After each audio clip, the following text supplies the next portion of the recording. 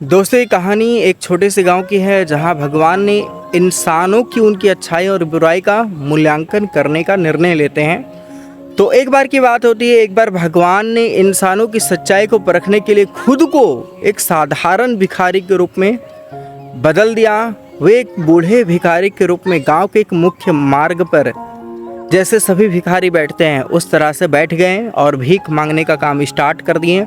सुबह का समय था, गांव के सभी लोग अपने काम पर जा रहे थे रोज की तरह। भगवान ने सबसे पहले एक व्यापारी से भीख मांगी। व्यापारी ने अपनी संपत्ति पर गर्व करते हुए भिखारी को इग्नोर कर दिया और वहां से आगे निकल गया। फिर भगवान ने एक अमीर किसान से मदद मांगी, लेकिन उसने भी भीख नहीं दी, बल्कि भगवान को अपशब्द भी कहें और बुरा भला कहकर वहां से चल दिया। भगवान ने देखा कि गांव में हर कोई अपनी धुन में था और किसी के पास दया और करुणा के लिए समय नहीं था। सारे जो थे कठोर पत्थर दिल बन चुके थे। शाम तक वे वहीं बैठे रहे, लेकिन किसी ने भी उनकी एक मदद नहीं की।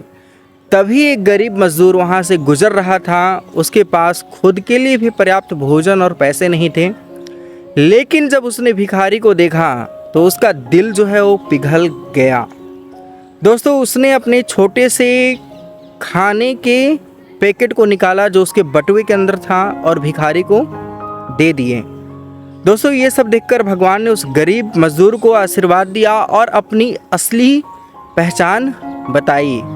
भगवान ने कहा, तुम्हारी दया और उदारता के कारण मैं तुम्हें आशीर्वाद देता हूँ। तुम्हारे सभी कष्ट अब समाप्त हो जाएंगे और तुम अब एक खुशहाल जीवन जीना स्टार्ट कर दोगे। तुम्हारे पास जो भी चीज़ों की अभाव है वो सब तुम एंजॉय कर पाओगे अपनी लाइफ में। तुम्हें किसी चीज़ की अब दिक्कत नहीं होने वाली है। दोस्तों, इस घटना से गांव के लोगों ने एक महत्वपूर्ण सबक सीखा। असली धन दौलत नहीं बल्कि दिल की दया और उदारता है। उन्होंने यह समझा कि सच्ची भक्ति और इंसानियत भगवान की सच्ची पूजा है।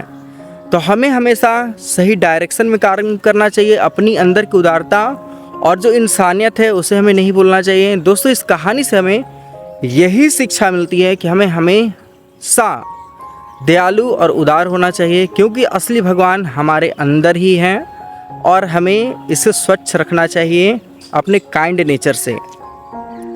तो दोस्तों, आई होप ये कहानी आपको अच्छी लगी है। अगर अच्छी लगी तो लाइक शेयर और सब्सक्राइब कर देना। मिलते हैं एक और एक्साइटिंग वीडियो के साथ, तब तक के लिए जय हिंद।